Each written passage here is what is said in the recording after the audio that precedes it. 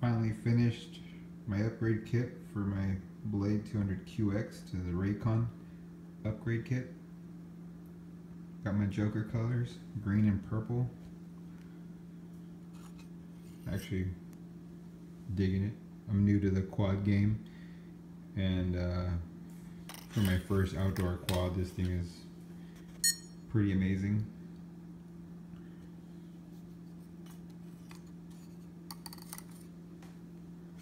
Love the way it flies.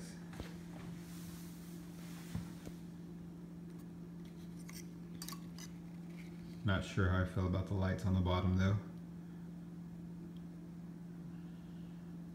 Got to figure out what to do with those. Kind of want them sticking out, but my first build.